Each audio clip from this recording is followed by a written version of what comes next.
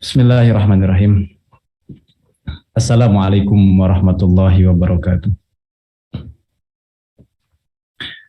Bismillahi masyaallah la yasugul khaira ilallah. Bismillahi masyaallah la yasrifu su'a ilallah. Bismillahi masyaallah makana min ni'matin faminallah. Bismillahi masyaallah la hawla wa la quwata illa billah. Alhamdulillah wassalatu wassalamu ala rasulillah wa ala alihi wa sahbihi wa mawalah. Asyhadu an la ilaha illallah wahdahu la syarikalah wa asyhadu anna Muhammadan abduhu wa rasuluhu alladzi la nabiyya wa la rasula ba'da.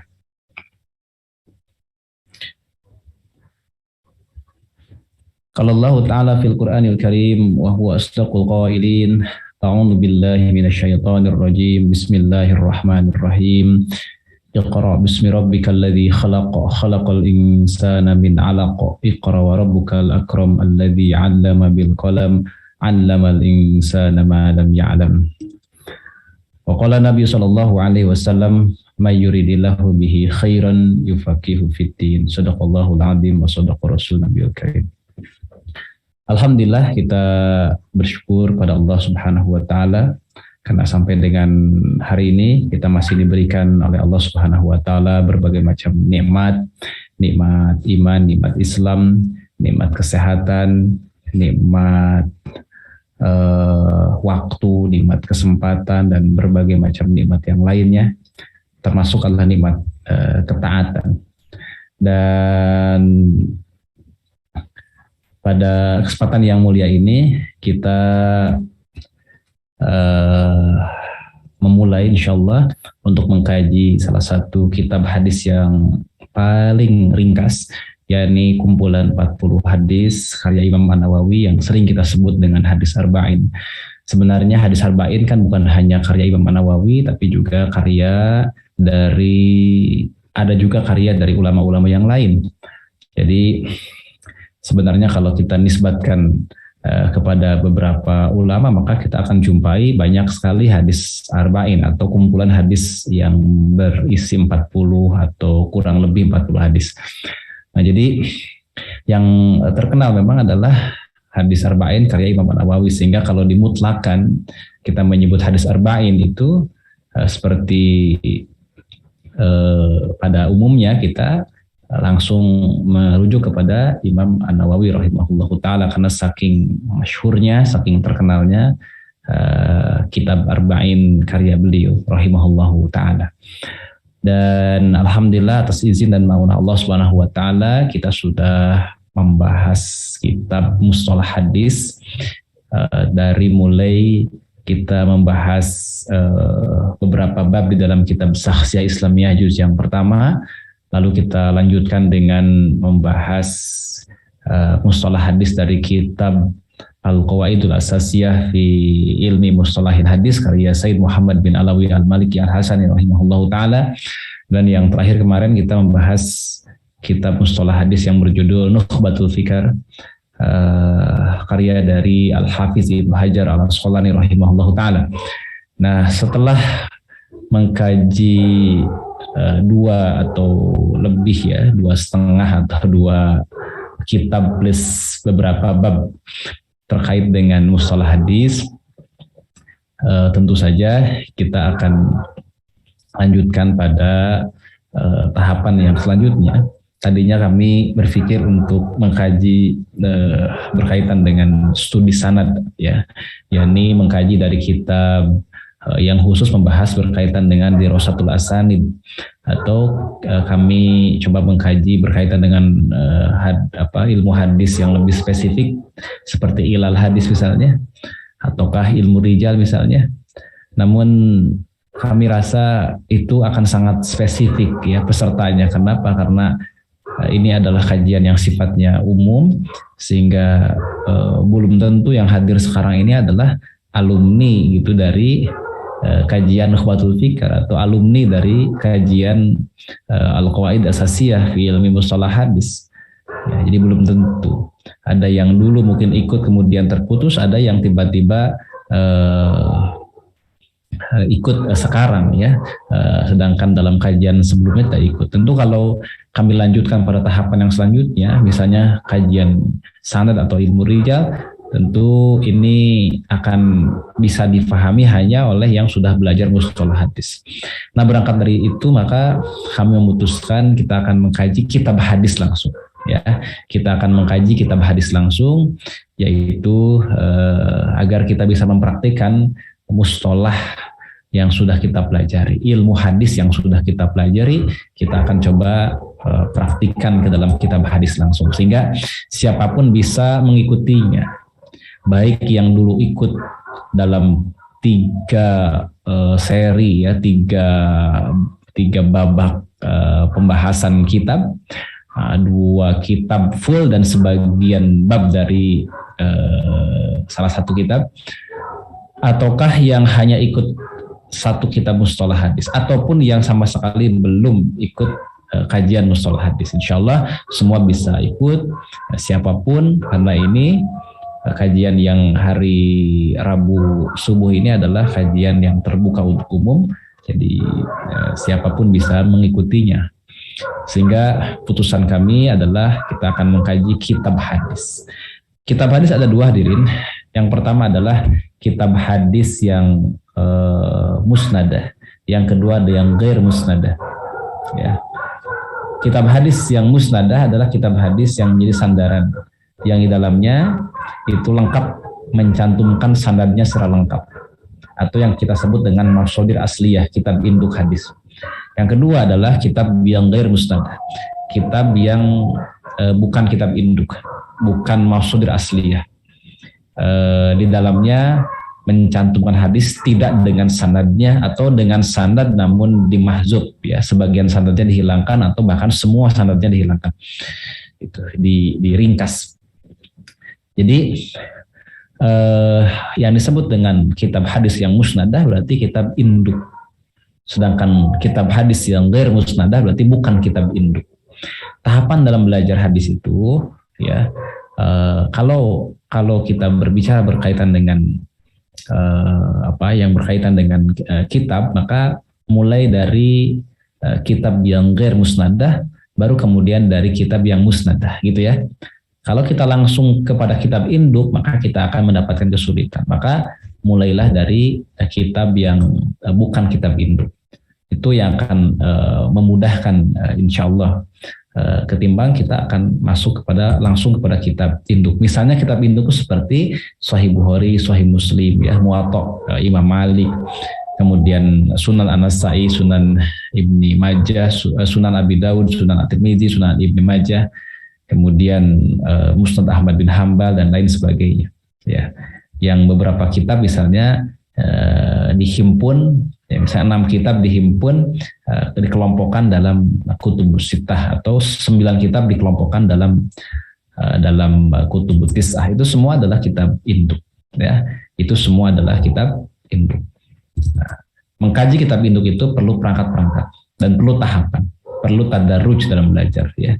Sehingga tidak bisa langsung kita akses kitab induk tanpa perangkat-perangkat ilmunya, yakni mustalah hadis, ilmu hadis, ya, yang itu semua disebut dengan usul hadis. Mustalah hadis dan ilmu hadis, yang keduanya disebut dengan usul hadis. Itu adalah perangkatnya, itu adalah alatnya. Kemudian dari sisi tahapan kita harus mulai dari kitab-kitab yang mudah. Kitab yang mudah dipahami adalah kitab-kitab yang ghair musnadah, kitab yang bukan kitab induk. Itu akan lebih mudah dipahami insyaallah ta'ala. Nah itu ya, jadi tahapannya demikian, ya. Jadi kita mulai dari kitab ghair musnadah, baru kemudian kita masuk kepada kitab yang musnadah. Kemudian untuk yang kitab yang ghair musnadah pun kita bisa memulai dari beberapa kitab. Pertama adalah dari hadis arba'in misalnya. Kemudian yang kedua kita lanjutkan dengan Bulughul Maram misalnya. Kemudian apalagi Umdatul Ahkam misalnya untuk hadis ahkamnya. Lalu selanjutnya adalah Riyadhus Shalihin misalnya. Kemudian lanjut ke kitab Miskatul Masabih. Lalu kemudian ke kitab induk, itu ya. Kitab induk untuk mendengar dari mulai Sahih Bukhari, Sahih Muslim, Sunan An-Nasa'i, Sunan Abu Daud, Sunan Tirmidzi dan Sunan Ibni Majah. Dan kalau Lalu kemudian ke kitab-kitab besar seperti misalnya kitab induk lain seperti Sunan Baihaqi, Musnad Ahmad bin Hambal, Musnad Imam Syafi'i dan lain sebagainya. Tapi kalau kita ingin mengkaji dari sisi kajian matan dan sanad, bukan dari sisi pembacaan hadis atau majelis qiraah, kita mulai dari Sunan Tirmizi biasanya. Sunan Tirmizi dulu karena itu yang paling mudah. Itu ya, tahapan-tahapannya memang ada. Nah, kalau saya boleh tampilkan, mungkin bisa menjadi acuan juga bagi hadirin sekalian. Ya, ini sekilas dulu sebelum kita masuk ke kitab. Jadi kenapa kita memilih kitab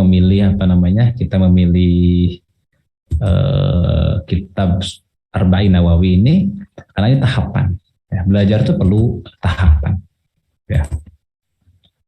Kita perhatikan. Nah, ini enggak semua kita bahas ya. Ini adalah tempo hari saya menjelaskan tentang tahapan belajar dalam berbagai disiplin ilmu. Ya, kita lewat.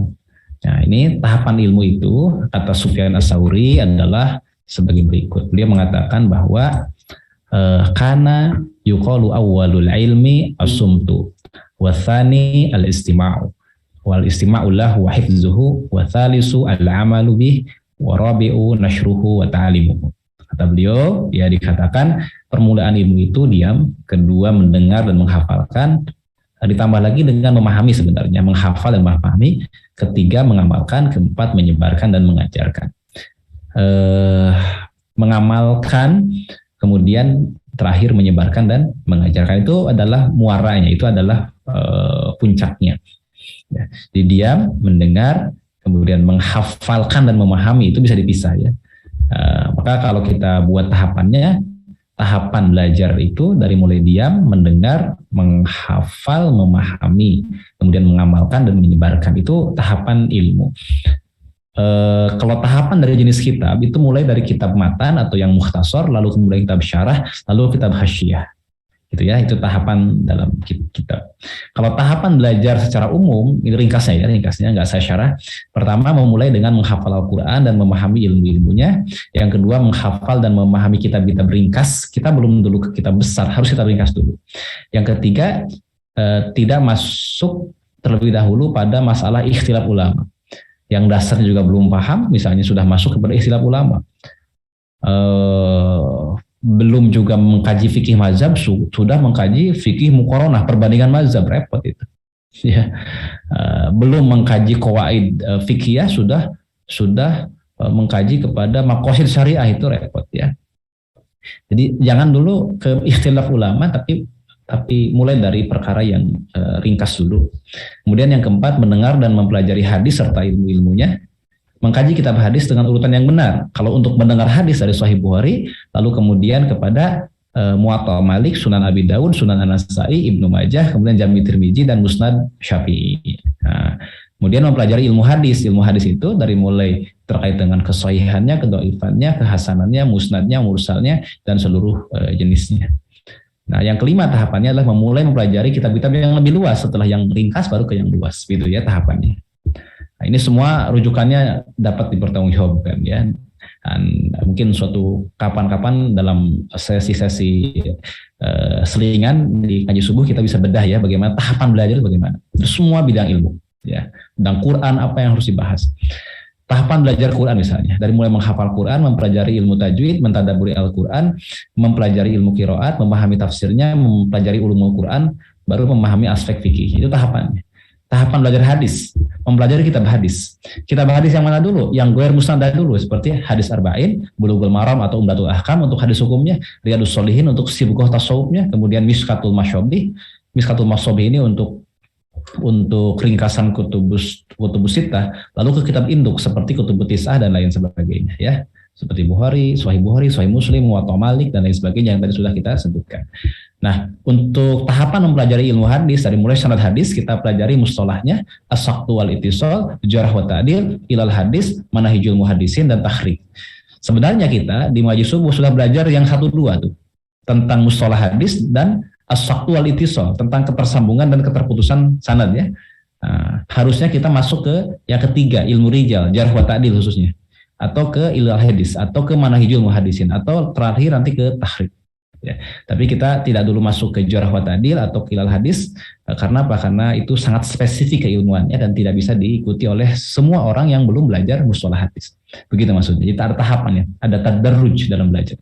Untuk matan, pertama dari mulai non masdar asliyah dulu. Yang jangan dulu ke masdar asliyah, jangan dulu ke kitab induk, tapi yang non kitab induk dulu. Baru kemudian masuk ke kitab induk atau masdar asliyah dan syarahnya. Lalu kemudian pembahasan hadis mukhtalif, nasah dan tarjih. Itu untuk kajian matan hadis.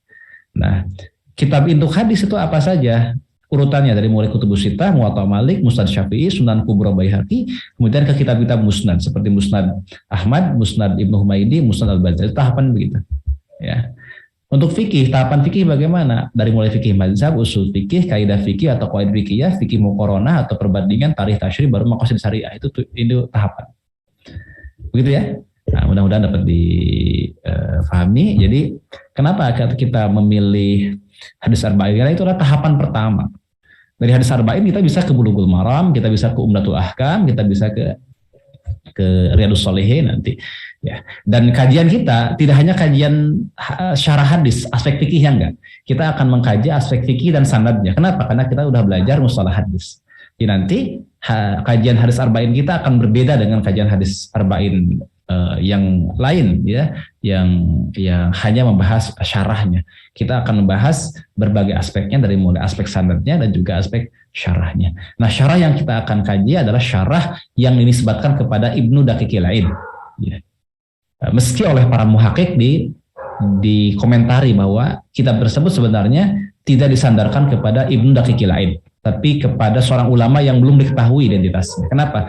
Karena para muhaqqiq itu tidak menemukan bukti yang kuat bahwa kitab tersebut disandarkan kepada Imam Ibnu Daqiqil Aid. Ya. Karena naskah atau mahtutot ya, atau nusakh mahtutot yang ditemukan itu mutakhirin ya, lebih baru, sedangkan Ibnu Daqiqil Aid itu adalah lebih tua lagi ya, lebih lama lagi karena beliau hidup pada awal abad ke 8 Hijriah, di awal-awal abad ke-8, sedangkan makhtutat yang ditemukan ya, yang disandarkan kepada Ibnu Daqiqil Aid itu lebih muda lagi ya, lebih tidak setua itu. Sehingga kitab ini yang kita akan baca ini ya, Syarah Arba'in Nawawiyah fil Ahaditsi Sahihatin Nabawiyah, karya dari Al-Imam Al-Allamah Ibnu Daqiqil Aid ya radhiyallahu anhu. Itu oleh para muhaqqiq, oleh para peneliti naskah itu diragukan disandarkan kepada Ibnu Daqiqil Aid ya. Jadi tempo hari banyak yang bertanya, kita akan mengkaji kitab mana? Jawabannya adalah kita akan mengkaji kitab Arba'in yang disandarkan kepada, yang masyhur ya, disandarkan kepada Ibnu Daqiqil Aid, meski para muhaqqiq itu menyanggahnya ya, bahwa itu bukan disandarkan kepada Ibnu Daqiqil Aid. Itu di kalangan masyarakat pada umumnya memang di kalangan masyarakat pada umumnya memang masyhurnya kepada Ibnu Daqiqil Aid. Bahkan di kitab-kitab yang dicetak juga ini tertulis Ibnu Daqiqil Aid ya. Bahwa itu bukan disandarkan kepada Ibnu Daqiqil Aid, itu adalah kajiannya para muhaqqiq ya, para pentahqiq kitab ya, para pentahqiq kitab. Jadi intinya yang masyhur di kalangan masyarakat pada umumnya itu disandarkan pada Ibnu Daqiqil Aid, tetapi di kalangan para muhaqqiqin bahwa syarah Ibnu Daqiqil Aid dan atas syarah atas hadis arba'in nawawi itu ghairu tsabit ya, tidak kokoh ya. Karena apa? Kekeliruannya sudah datang dari mulai manuskripnya itu tadi, makhtutotnya itu. Hanya saja setelah diteliti manuskrip yang ada sangatlah mutaakhir, sedangkan Ibnu Daqiqil Aid di abad ke-8, di awal abad ke-8.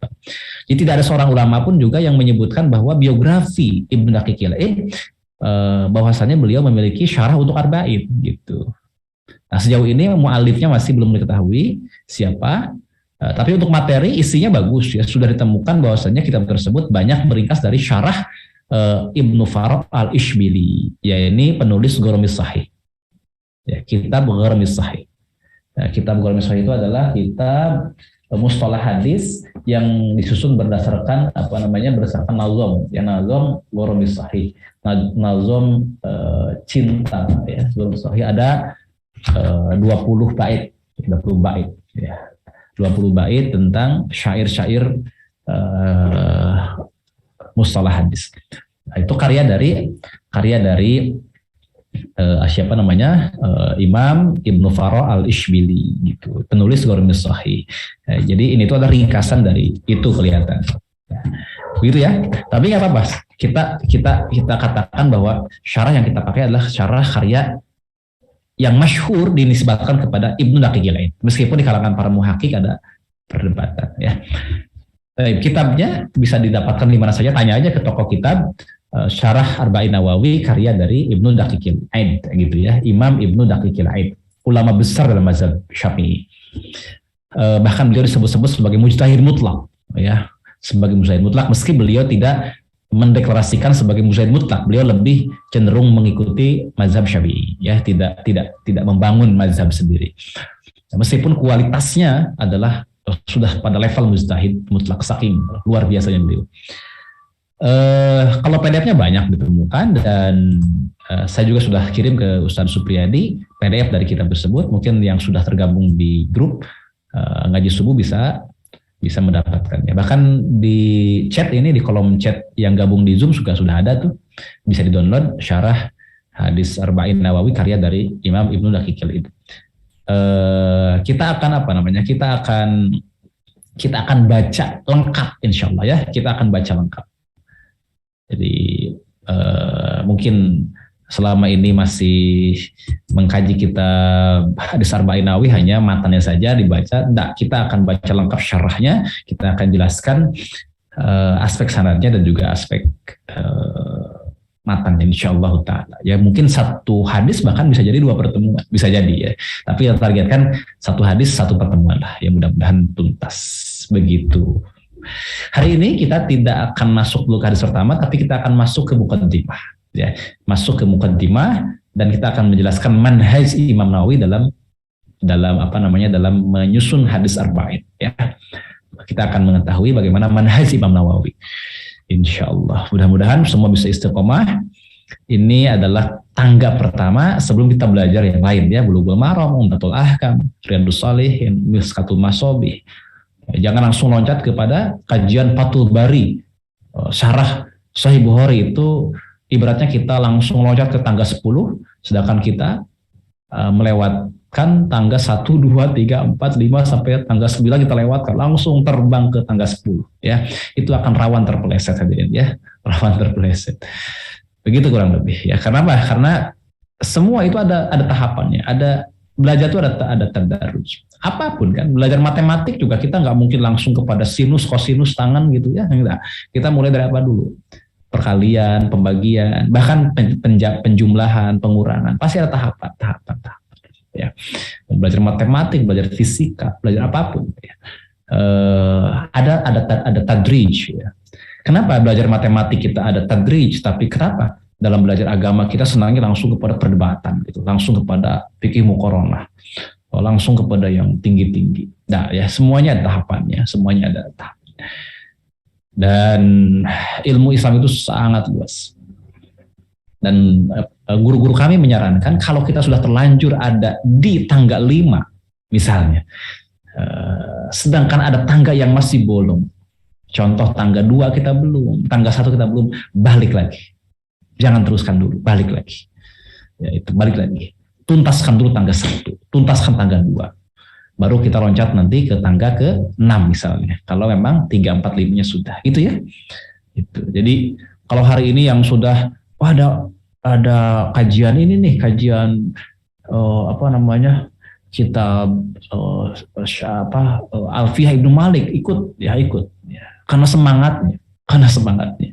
Atau karena ingin keren juga gitu, kajian Alfiyah Ibnu Malik. Nah, kita harus mengerti belajar itu bukan keren-kerenan ya.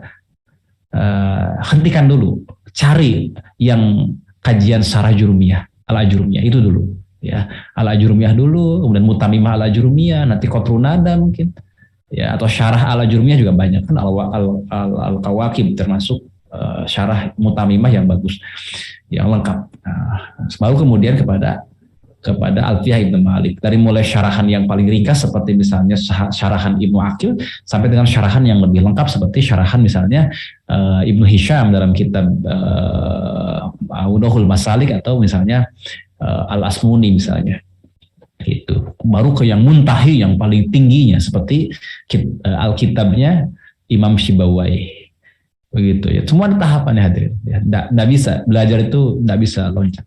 Pasti ada yang kurang, ya pasti ada sesuatu. Ya, berbahagialah kita yang mau mulai dari awal kembali. Baik, itu hal penting untuk menjawab pertanyaan kenapa kita mulai dari hadis arba'in. Karena itu tahapan. Itu tahapan. Ya, sebagaimana untuk mustalahnya kita mulai dari dasar apa? Qawaid asasiyah, kemudian nukhbatul fikar, dasar sekali.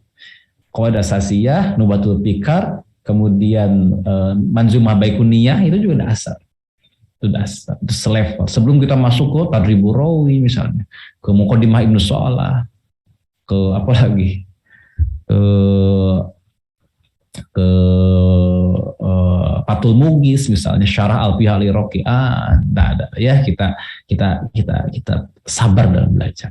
Ilmu itu bukan ditentukan ya dari sisi seberapa banyak kitab yang sudah kita khatamkan, enggak, tapi ilmu itu seberapa faham kita terhadap ilmu tersebut dan kita bisa mengamalkan dan mengajarkannya kembali atau mendakwahkannya, gitu ya. Mudah-mudahan dapat dipahami. Ini saya kira pesan penting di Muqaddimah di pertemuan pertama kita. Silakan sampaikan juga kepada teman-teman yang lain yang mungkin nggak bisa hadir. Inilah tahapan belajar kita ya, insya Allah ya. Baik, silakan dibuka kitabnya. Kalau yang belum punya kitab, ada yang nanya dulu, Ustaz, bisa boleh nggak? Boleh, silakan. Ini ada yang nanya dulu dari Bu Kholida. Sebentar saya coba lihat. Apakah sebentar. Apakah Syiah itu ketika kondisi umat Islam sedang lemah, Ustaz?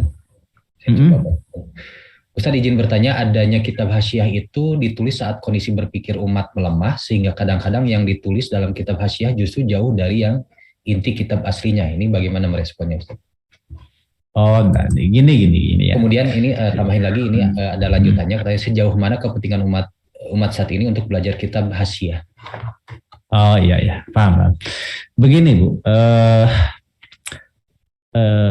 kritik para ulama atau sebagian ulama terhadap kitab Hasyiah itu sebenarnya adalah ketika harusnya umat Islam itu, para ulamanya ya, itu melahirkan karya-karya baru untuk merespon fakta-fakta baru.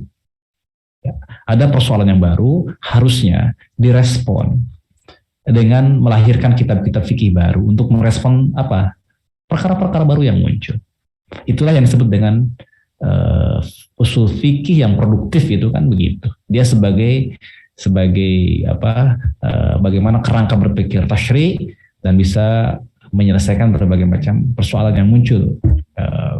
Yang muncul di era berikutnya. Jadi itulah yang disebut dengan produktivitas dalam ijtihad, kan?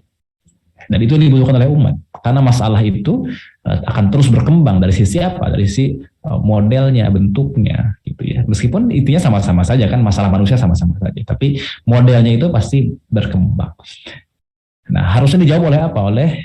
Oleh ijtihad. Betul ya, bukan oleh rekontekstualisasi seperti yang kemarin rame-rame. Dengan ijtihad harusnya. Begitu Bu ya. Nah di era kemunduran fikih Islam gitu, di era kemunduran fikih Islam justru yang berkembang itu bukanlah ijtihad pada perkara baru, tetapi membuat catatan-catatan pinggir terhadap kitab syarah atau yang disebut dengan Hasyiah gitu. Nah, di situ kritiknya kan, yang seharusnya melahirkan ijtihad pada perkara baru, ini malah mengulang atau hanya memberikan tambahan, hanya memberikan catatan pada kitab yang sudah ada. Jadi tidak menyelesaikan masalah yang baru, hanya menambah kelengkapan masail Gitu ya. Jadi di situ kritiknya. Jadi bukan berarti kitab Hasyiah itu adalah kitab yang tidak berguna. Oh enggak sama sekali. Kitab Hasyiah itu sangat berguna. Ya, sangat berguna. Misalnya kitab Matan Qurratul Ain itu sangat susah dipahami kecuali kita sudah membaca apa? Fathul Mu'in kan? Fathul Mu'in itu syarahnya. Ternyata dalam Fathul Mu'in ada beberapa masail yang tidak begitu lengkap atau ada beberapa muskilah yang dijelaskan dalam kitab apa? I'anatul Talibin. Ininya apa? Hasyiahnya gitu ya, hasyiah. Atau dalam beberapa kitab seperti adanya Hasyiah Bajuri itu sangat luar biasa. Ya, menjelaskan perkara yang tidak dijelaskan oleh syarahnya. Jadi kita mendudukkan hasyiah itu di situ. Dia memiliki kegunaan, memiliki manfaat yang sangat besar bagi umat Islam. Tetapi munculnya kritik itu ketika yang diharapkan adalah ijtihad pada perkara yang baru, ini malah mengulang persoalan yang lama, hanya menambahi, hanya memperkaya gitu. Harusnya persoalan yang baru direspon. Yang terjadi apa? Terjadi kemunduran umat kan. Makanya disebut sebagai fase kemunduran fikih Islam. Ya, ketika banyak masalah baru yang tidak dapat diselesaikan oleh Islam, akhirnya umat Islam mencari jawaban yang lain ya, dari hukum yang lain. Begitu ya, respon terkait dengan kitab Hasyiah. Baik, itu mungkin cukup Ustaz Supriyadi. Baik Ustaz, cukup, alhamdulillah, terima kasih. Kemudian kita di ruang Zoom juga ada yang bertanya, misalnya saya baru gabung, artinya peserta baru, bisakah minta materi hari ini? PDF-nya mungkin ya ada di chat Bu ya, ada di sana, ada yang akan kita pelajari pada hari ini. Jadi kita akan mengkaji hadis arba'in, siapapun boleh bergabung ya, tidak ada syarat apa-apa karena ini adalah tahapan 1. Ya, ini tahapan 1 sebelum kita masuk ke tahapan yang lain. Bedanya mungkin bagi yang sudah belajar dalam kitab-kitab sebelumnya sudah punya maklumat yang cukup lah tentang mustalah hadis. Jadi lebih memudahkan insyaallah. Baik, kita akan buka yuk PDF-nya.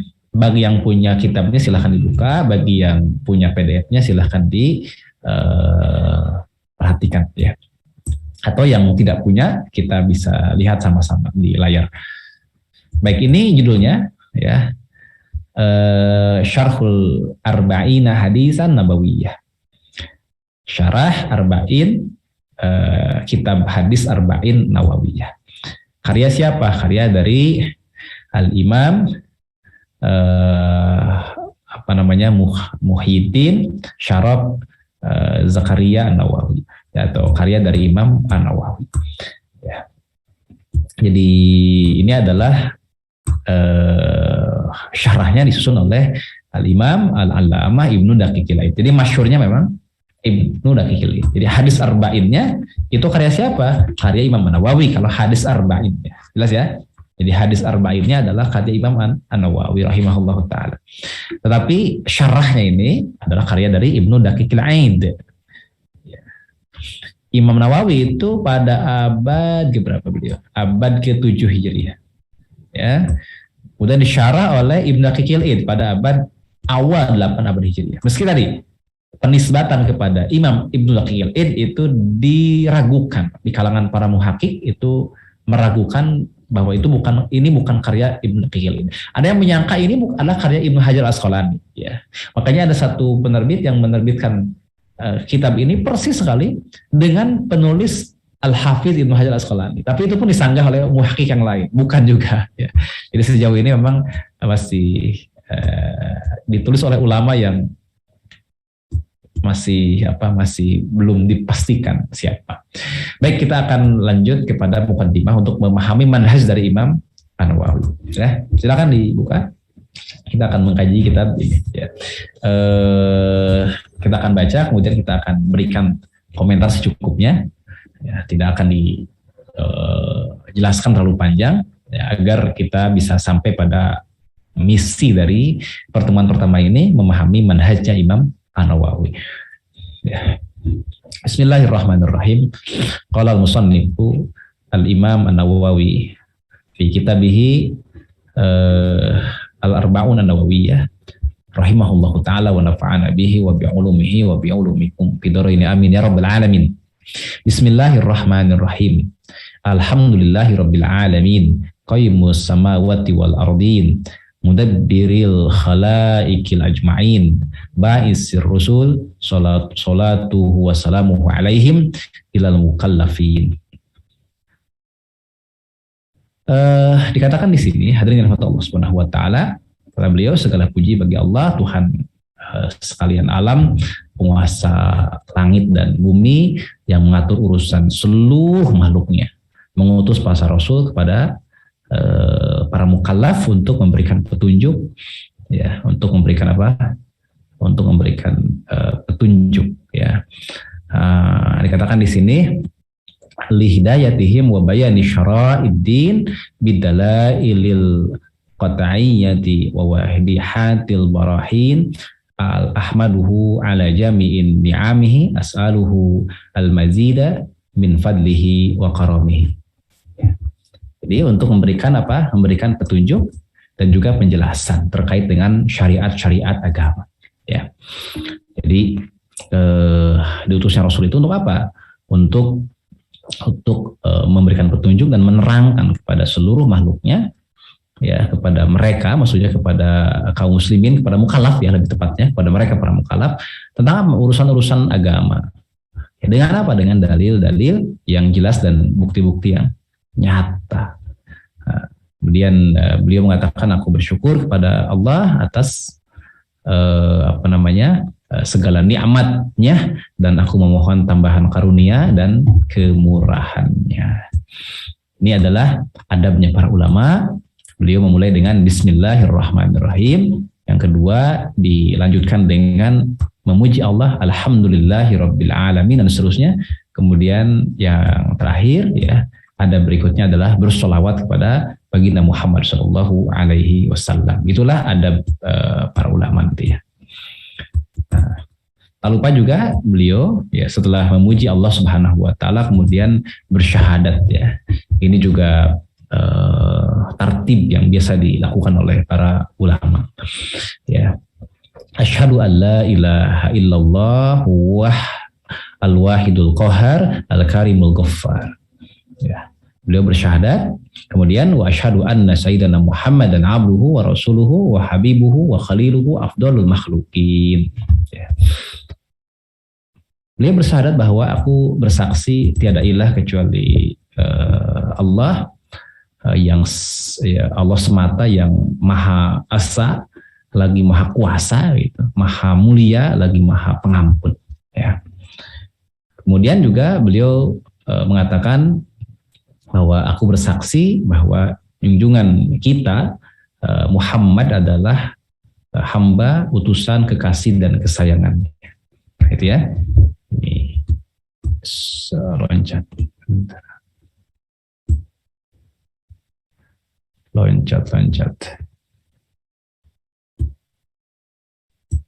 Nah, ini.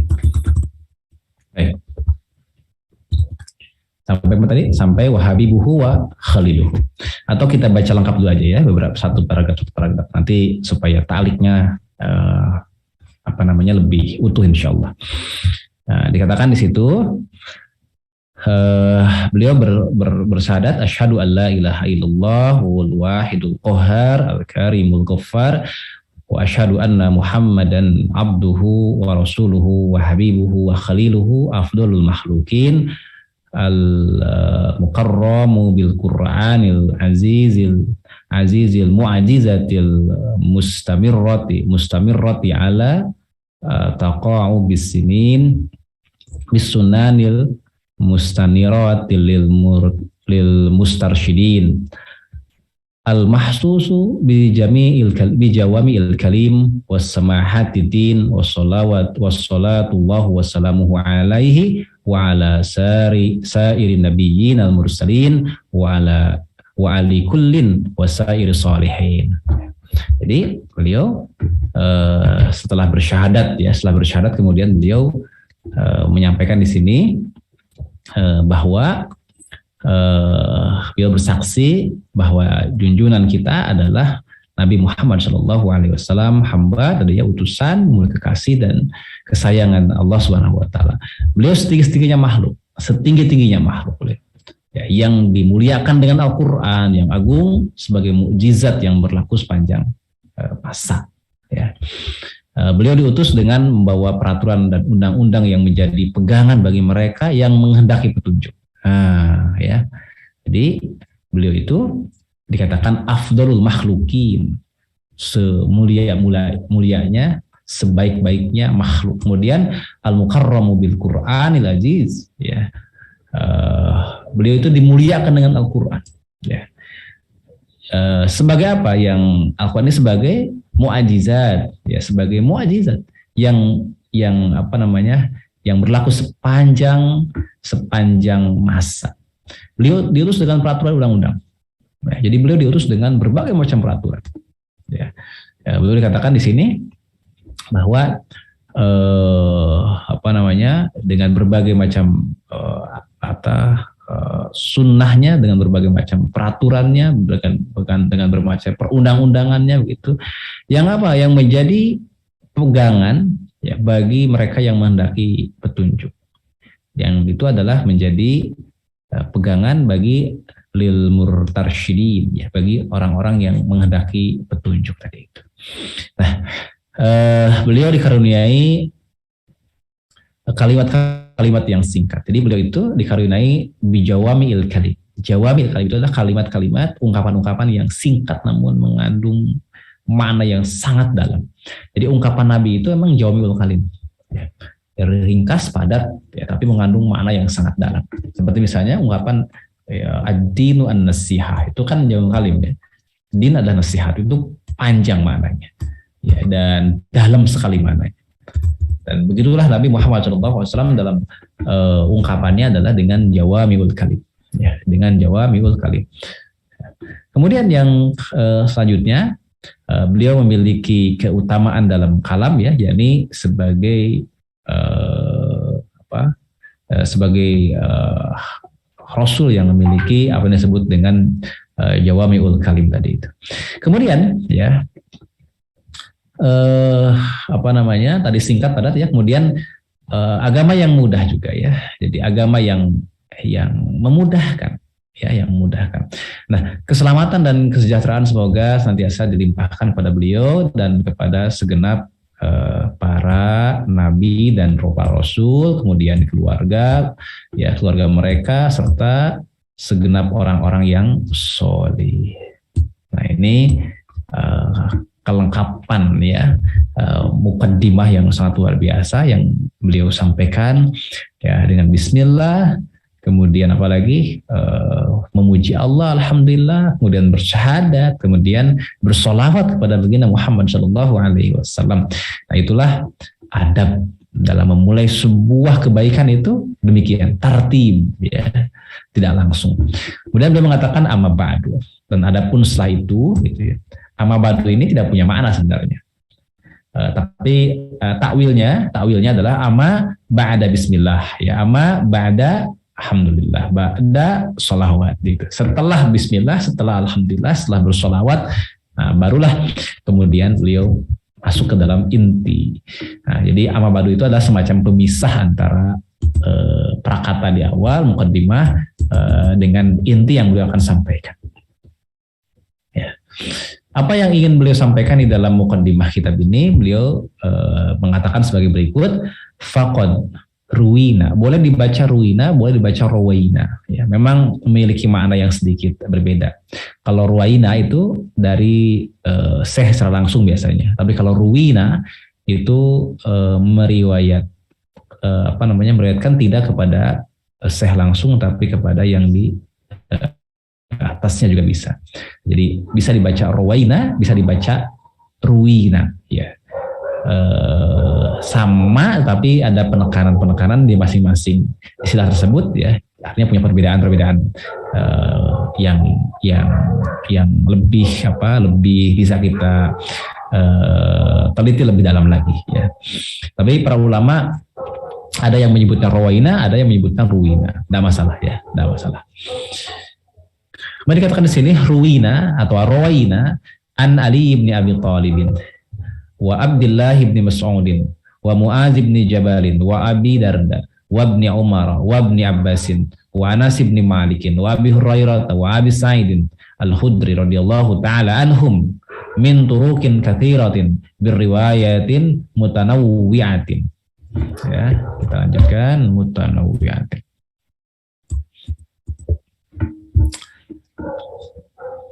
Anna Rasulullah sallallahu alaihi wasallam qala man hafiza ala ummati arba'ina hadisan min amri diniha ba'asahu Allahu yaumal qiyamah fi zumratil fuqaha'i wal ulama'i. Wa fi riwayah ba'asahu Allahu faqihan 'aliman. Ya. Wa fi riwayat Abi Darda wa kuntu lahu yaumal qiyamati syafi'an wa syahidan.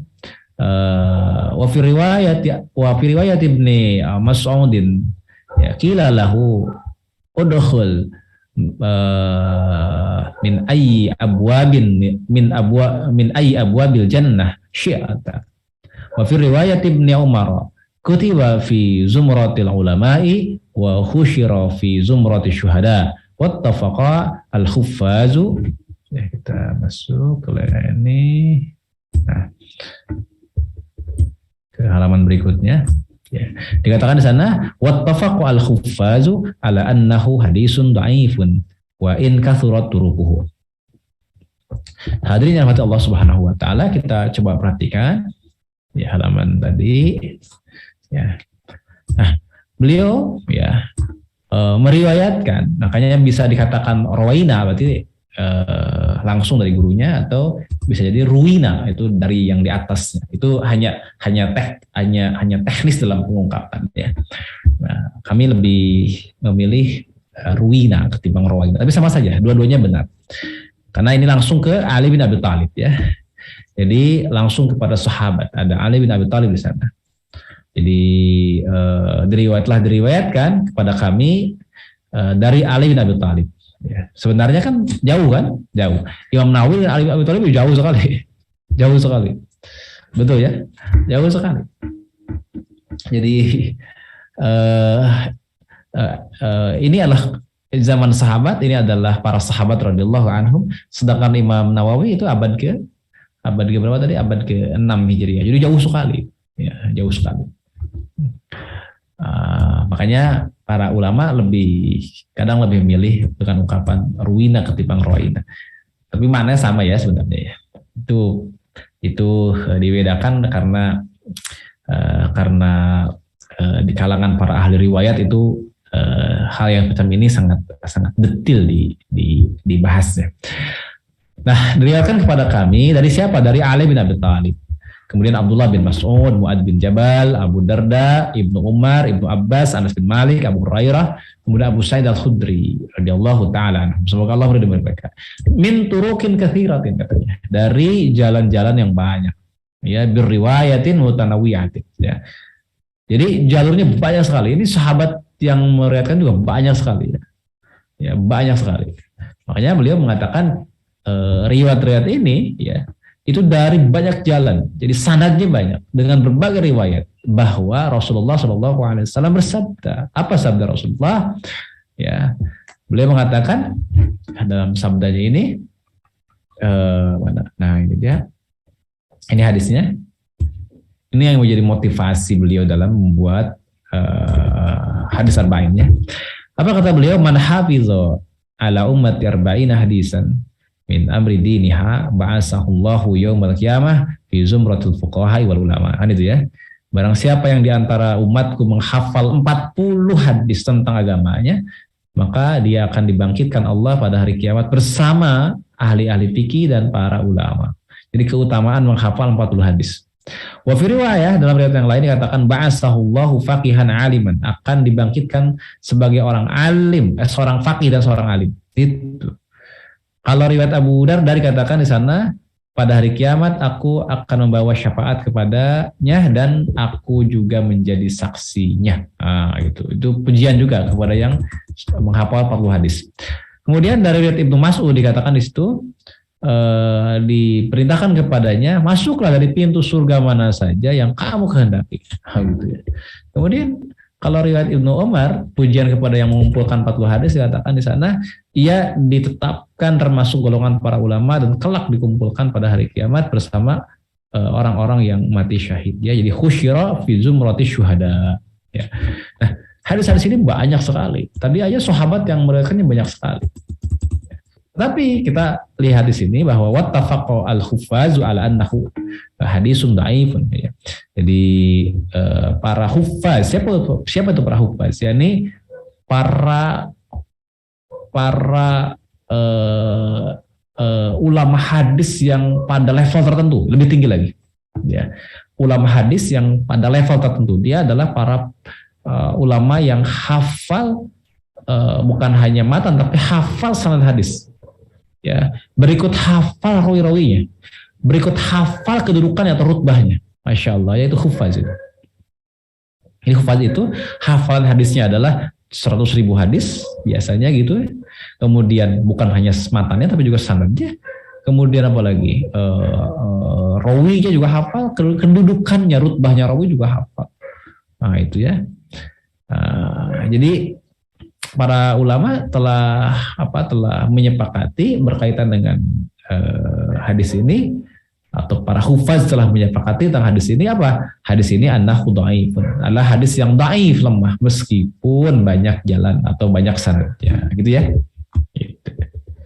Kemudian dikatakan di situ ya di fikrah selanjutnya beliau melanjutkan waqad sanafal ulama radhiyallahu ta'ala anhum fi hadzal babi ma la yuhsa minal musannafat fa awwalu man alimtuhu sannafa fihi Abdullah bin Mubarak thumma Muhammad bin Aslam at-Tusi al-alim ar-rabbani thumma al-Hasan bin Sufyan an-Nasai wa Abu Bakrin al-Jurri wa Abu Bakrin ibnu Ibrahim al-Asfahani wa Daraqutni wal Hakim wa Abu Nuaimin wa Abu Abdurrahman as-Sulami wa Abu Sa'idin al-Malini, kemudian Abu Usman as-Sabuni, kemudian Abdullah bin Muhammad al-Ansari wa Abu Bakr al-Bihaqi, kemudian wa khalaikula yuhsawna minal muttaqaddimina wal mutaakhirin. Masya Allah ya. Jadi dikatakan oleh beliau di sini bahwa para ulama yang telah menyusun kitab-kitab hadis yang berisi 40 hadis itu banyak ternyata. Ya. Beliau mengatakan waqad sannafal ulama radhiyallahu taala anhum hadzal bab gitu ya. Jadi sungguh telah banyak kitab-kitab yang telah disusun oleh para ulama tentang masalah ini, dan sepanjang pengetahuan pengetahuan saya, kata beliau ya, orang yang mula-mula menyusun ialah Abdullah bin Mubarak ya, yang pertama menyusun sepengetahuan beliau adalah Abdullah bin Mubarak ya. Ini adalah rincian contoh-contoh ulama-ulama yang menyusun 40 hadis. Katakan waqad sannafal ulama radhiyallahu taala anhum bihadzal bab, tentang menyusun 40 hadis itu. Ya. Begitu. Jadi banyak sekali. Dan yang pertama katanya adalah siapa? Yang aku tahu nih, fa awwalu man alimtuhu sannafa fihi, siapa? Abdullah bin Mubarak, ya. Setelah itu siapa lagi? Kemudian ada Muhammad bin Aslam tadi at-Tusi, seorang alim rabbani, kemudian Hasan bin Sufyan an-Nasai ya, kemudian Abu Bakar al-Juri, kemudian Abu Bakar Muhammad bin Ibrahim al-Asfahani, Daraqutni, al-Hakim, Abu Nuaim, Abu Abdurrahman as-Sulami, kemudian Abu Sa'id al-Malini, Abu Usman as-Sabuni, Abdullah bin Muhammad al-Ansari, Abu Bakar al-Baihaqi, dan masih banyak lagi ya. Baik ulama muttaqaddimin katanya kan maupun ulama mutaakhirin ya, banyak yang menyusun 40 hadis. Jadi bukan hanya karya Imam An-Nawawi, meskipun itu yang terkenal ya. Meskipun itu yang terkenal gitu. Nah, kemudian ya hadirin rahmat Allah Subhanahu wa taala, kita akan makin melihat bagaimana manhajnya beliau ya. Wa qadis takhartu wa qad istakharatullaha ta'ala fi jama'i arba'ina hadisan iktidaan bihaula'il a'immatil a'lam wa huffazil Islam wa qad ittafaqal ulama'u ala jawazil amali bil hadisil dha'ifi fi fadailil a'mal. Nah, ini udah mulai ya. Kita udah mulai ketemu dengan beberapa manhajnya beliau ya. Kita lanjutkan. Wa ma hadza falaysa i'timadi ala hadzal hadis bal ala qoulihi sallallahu alaihi wasallam fil ahaditsis sahihah liyuballighi syahidu minkum al-ghaiba wa qoulihi sallallahu alaihi wasallam nadarallahu imra'an sami'a wa qalati qaw'aha fawa'aha fa'addaha kama sami'ahu ya. Kemudian dikatakan lagi summa min ulama man jama al arba'ina fi usuluddin wa ba'duhum fil furu' wa ba'duhum bil jihad wa ba'duhum fil zuhdi wa ba'duhum bil adab wa ba'duhum bil khitab wa kulluha maqasidu salihatun radhiyallahu ta'ala an qasidiha ya an qasidiha. Hadirin yang Allah Subhanahu wa taala, kita bisa lihat di sini. Ya. Ini manhajnya beliau ya. Jadi beliau mengatakan begini ya. Beliau mengatakan begini bahwa saya istikharah atau memohon petunjuk kepada Allah dalam menyusun 40 hadis ini mengikuti para imam. Jadi beliau itu melakukan hal ini adalah sebagai bentuk ya mengikuti para imam dan juga para a'immah yang a'lam dan para hufaz Islam gitu ya. Jadi mengikuti para imam yang alim dan juga para hufaz, yakni para ahli hadis. Para imam yang alimul alim dan juga para hufaz ya, para ahli hadis. Para ulama telah sepakat tentang dibolehkannya memakai hadis dhaif dalam hal keutamaan suatu perbuatan atau fadail amal. Jadi ini adalah manhajnya beliau. Ya. Beliau mengambil pendapat bahwa para ulama telah sepakat, katanya jumhur maksudnya, bahwa boleh menggunakan hadis dhaif dalam fadail amal. Ini sudah ketemu sekarang, itu manhajnya beliau dalam fadailul amal, keutamaan amal ya. Jadi demikian ya, keutamaan amal atau ya keutamaan dalam sebuah amal perbuatan gitu ya. Nah, kemudian dikatakan di sini kalau kita rinci sebenarnya para ulama terbagi 3 dalam menimbang hadis dhaif. Pertama adalah mengatakan tidak dapat diterima secara mutlak untuk yang dhaif itu, tapi ada yang mengatakan dapat diterima secara mutlak, tapi yang tengah-tengah adalah diterima tapi dengan syarat ya. Diterima tapi dengan syarat. Ya, apa syaratnya? Nanti kita bahas ya. Intinya begini, syaratnya adalah hadisnya tidak terlalu dhaif, dhaif ringan, bukan dhaif syadid. Ya, bukan dhaif syadid, tapi dhaif ringan. Kemudian yang berikutnya adalah bukan berkaitan dengan masalah akidah atau syariah, secara hukum. Begitu. Ya, kalau tidak ada kaitan dengan masalah akidah atau masalah hukum yang halal haram, maka bisa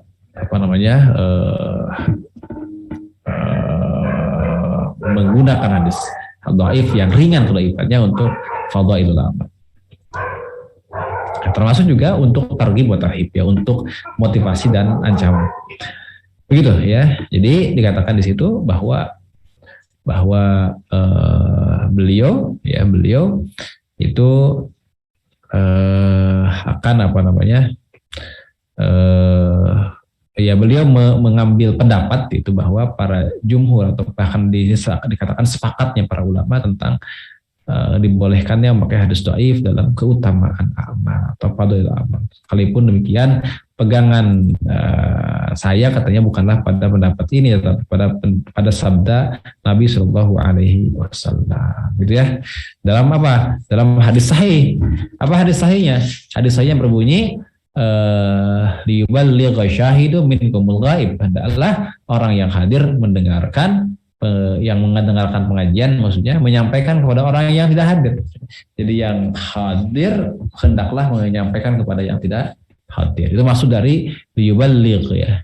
Liyuballigh syahidu minkum al-ghaib. Kemudian juga dalam firman dalam sabda beliau yang lain sallallahu alaihi wasallam, semoga Allah melimpahkan kenikmatan, nadarallahu, semoga Allah merahmati gitu ya.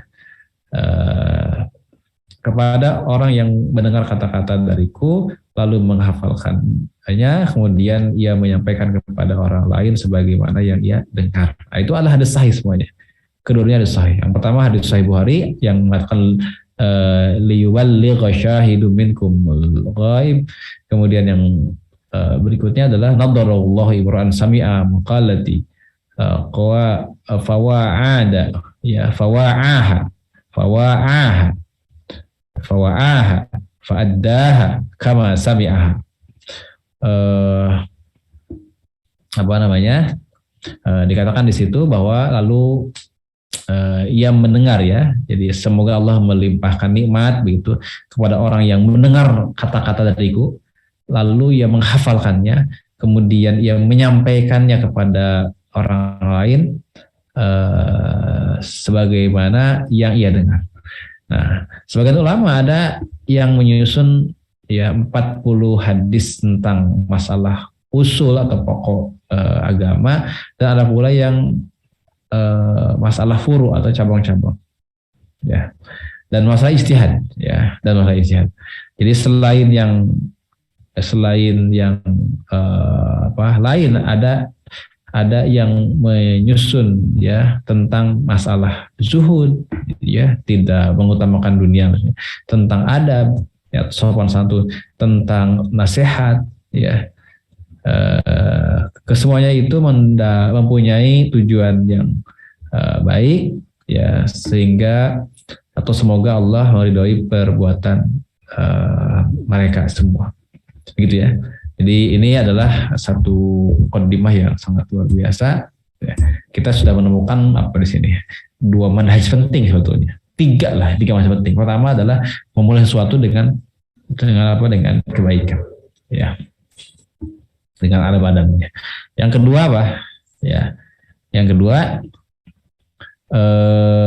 poin penting yang kedua adalah bahwa hadis dhaif yang dengan ringan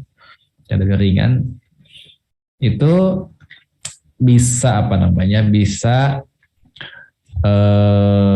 digunakan dalam fadail amal atau dalam targhib wa tarhib ya, dalam keutamaan amal atau dalam motivasi atau ancaman gitu ya, di antaranya begitu. Nah, kemudian yang berikutnya ya, poin penting yang bisa kita ambil dari manhaj beliau adalah beliau justru juga menyusun 40 hadis ya untuk menjadi acuan dalam beragama bagi orang-orang yang pemula yang baru masuk dalam pengkajian kitab-kitab hadis ya, gitu. Jadi itulah ya yang bisa dipahami ya berkaitan dengan apa yang terjadi ya sebagai latar belakang, dan juga kita mengetahui manhaj Imam An-Nawawi dalam hal ini. Nah, hadirin yang dirahmati Allah Subhanahu wa taala, tadi katakan bahwa sebagian ulama telah menyusun katanya 40 hadis tentang masalah usul ya, pokok-pokok agama, ada pula yang furu ya, cabang, ada pula tentang jihad. Sebagian yang lain ada yang menyusun tentang masalah zuhud tadi kan. Jadi zuhud itu tidak mengutamakan kepentingan dunia. Kemudian tentang adab, sopan santun, tentang nasihat ya, kesempurnaan itu mempunyai tujuan yang baik ya, semoga Allah meridhoi perbuatan mereka ya. Jadi mereka menyusun. Ada yang berkaitan dengan usuluddin, ada yang berkaitan dengan furu, ada yang berkaitan dengan jihad, ada yang berkaitan dengan juhud dan lain sebagainya. Ya, tentang adab gitu ya. Tentang adab. Ya, tentang nasihat misalnya. Tentang nasihat dan lain sebagainya. Nah, dikatakan di situ saya berkeinginan menyusun 40 hadis yang mencakup semua hal ya. Semua hal di atas. Tiap-tiap hadis merupakan landasan agama yang penting. yang para ulama menilainya sebagai ajaran atau inti ajaran Islam atau merupakan seperdua agama atau sepertiganya dan seterusnya atau dan sebagainya. Nah, itu ya. Jadi di sini juga kita bisa mengetahui ya, beliau di sini menyusun 40 hadis ini dan itu mencakup semua topik ya. Di tiap-tiap hadis mempunyai merupakan landasan agama yang penting ya. Itu. Nah, kemudian di fikrah yang berikutnya yang sebelum yang terakhir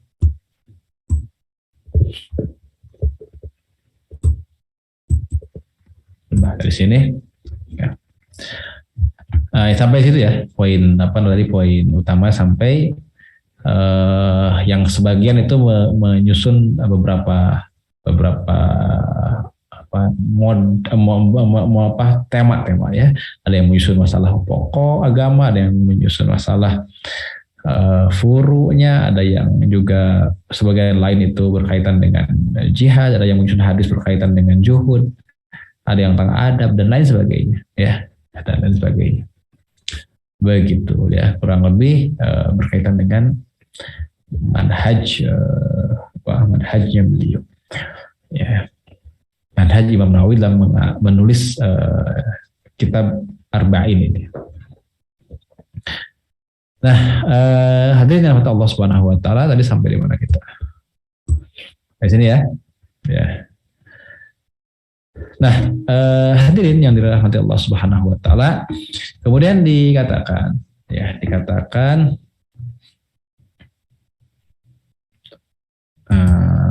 mana barusan? Nah ini, sekarang mulai ini.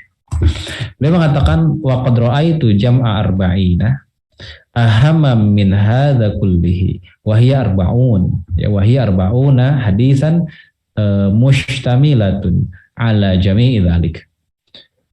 Wa kullu hadisin minha qa'idatun azimatun min qawaidid din wa qad wasafa al-ulama'u bi anna madar al-islami alaihi wa huwa nisful islam au sulus au nahwu dzalika.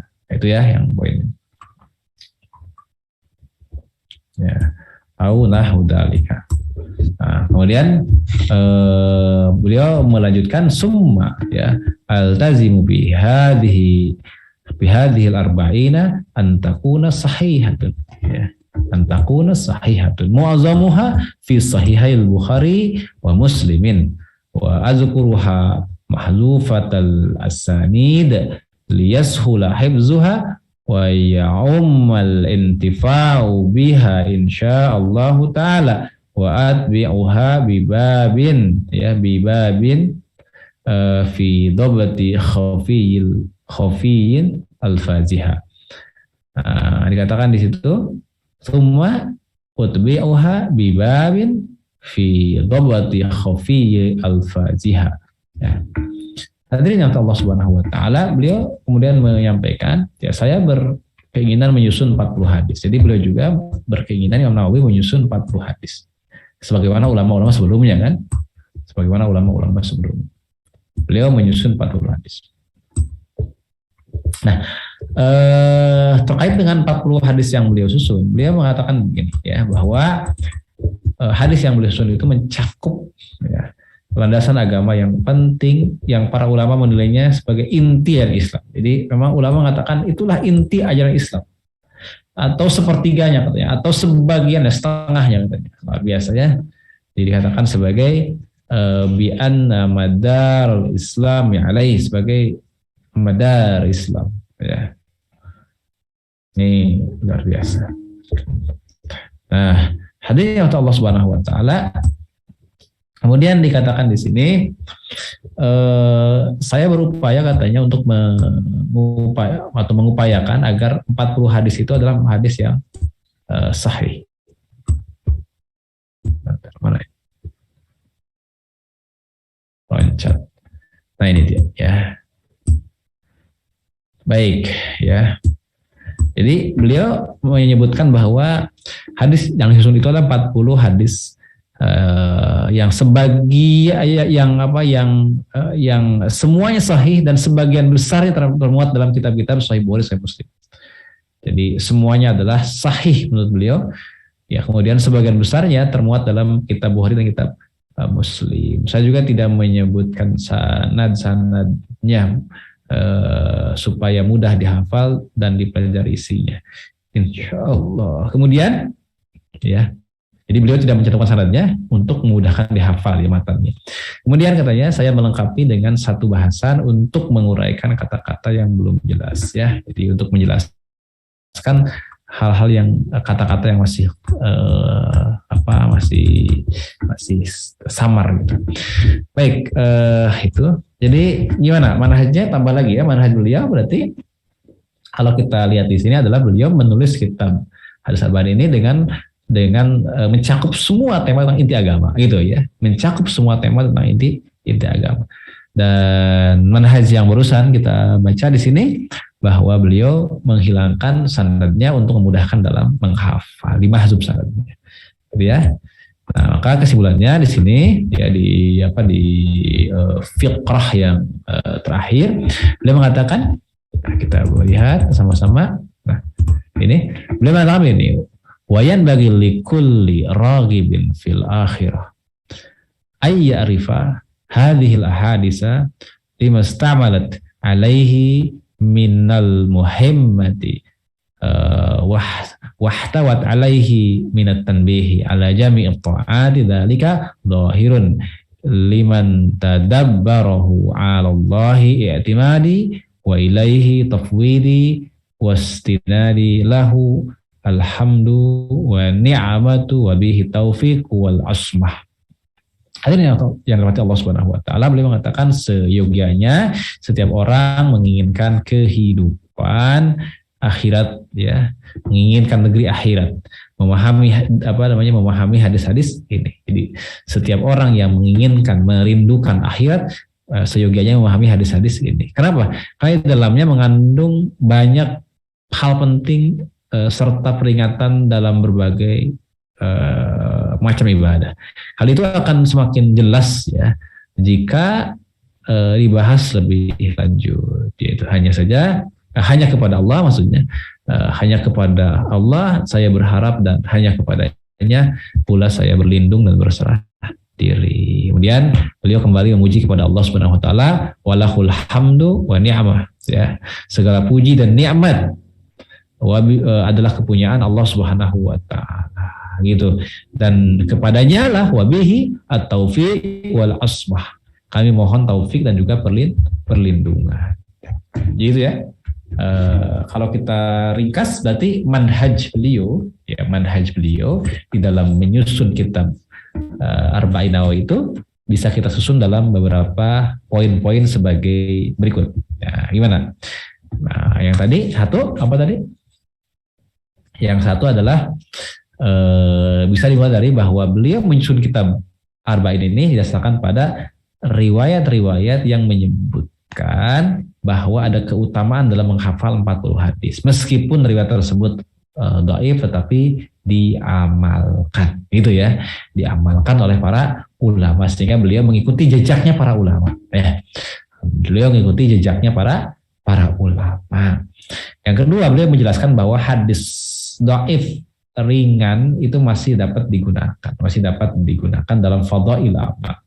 Tapi kalau dhaifnya berat, ya itu tidak dapat digunakan dalam apapun. Kalau dhaif ringan itu digunakan dalam fadhail amal, dalam apa? Dalam dalam targhib wa tarhib, dalam motivasi dan ancaman. Begitu ya. Kalau berkaitan dengan apa? Hadis ya, mana yang dapat dikategorikan sebagai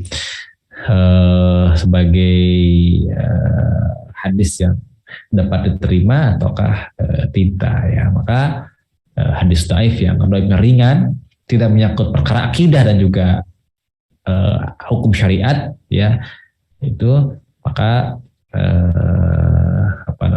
masih bisa digunakan dalam fadhail amal, dalam keutamaan amal atau motivasi dan ancaman. Itu ya ininya manhaj yang kedua tadi ya. Kemudian yang berikutnya ya masih yang manhaj beliau yang nomor 3, katakan saja bahwa